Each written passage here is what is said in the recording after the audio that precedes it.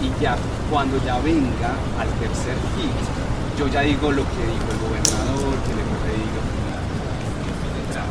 Pero es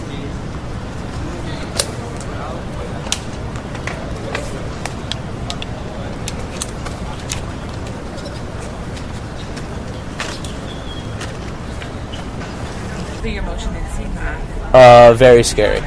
It was a big shock. What did you?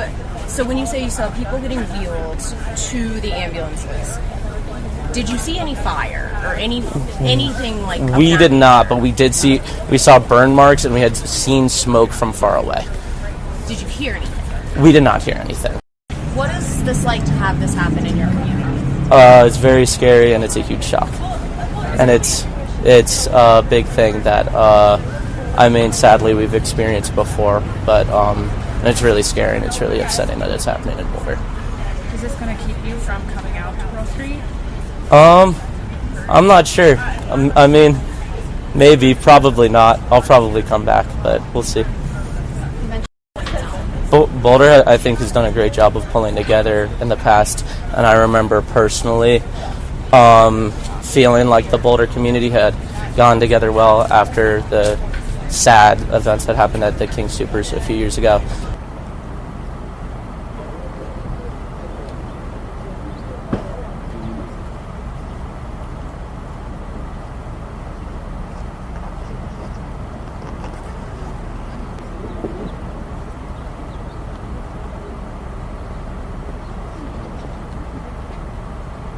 Shares in the sorrow of the Boulder community, especially to those who have family or friends injured in this tragedy.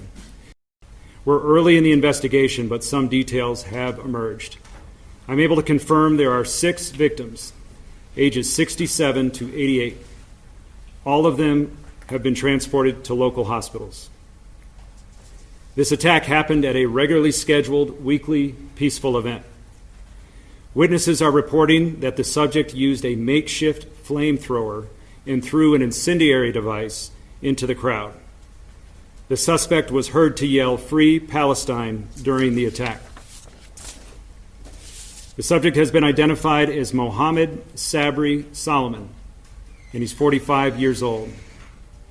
The FBI is processing the crime scene and the subject vehicle and interviewing key witnesses.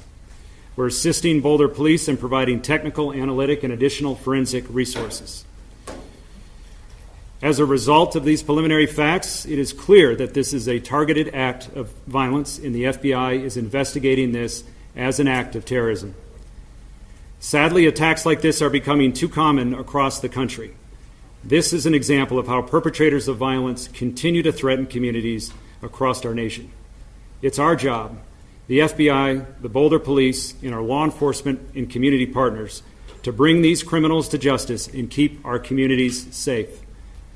I want to give first an update on the scene. As many of you are aware, we have several blocks closed off in downtown Boulder surrounding the courthouse. We are still clearing that area for devices.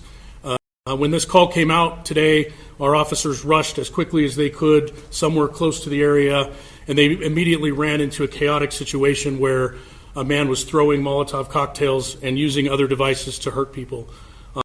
We know that 4 of those victims were taken to Boulder Community Hospital and remain there or have been released. I don't know the status of that. 2 additional victims were airlifted to the Denver metro area, I believe to Aurora. So the question was about the condition of the victims. The last update I had is that at least one victim was very seriously injured, probably safe to say critical condition, and then other victims received more minor injuries. I think there's a wide range, but we haven't talked to doctors yet and gotten an actual rundown of specific injuries. Network 18 decimates Times Internet with over 6 times more unique users on social media. Network 18, the undisputed leader of news networks, way ahead of the times.